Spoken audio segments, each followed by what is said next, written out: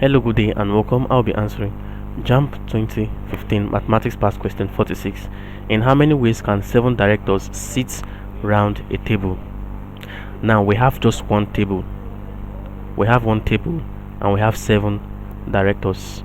Now, how many ways can these 7 directors sit around this one table? Now that will be 7 minus 1 factorial. Since we have one table and we have 7 directors, that will be 7 minus 1 factorial, which is equals to 6 factorial. Now 6 factorial is equals to 6 multiplied by 5 multiplied by 4 multiplied by 3 multiplied by 2 multiplied by 1, and this is equals to 720 ways. So the correct answer to this question is option C.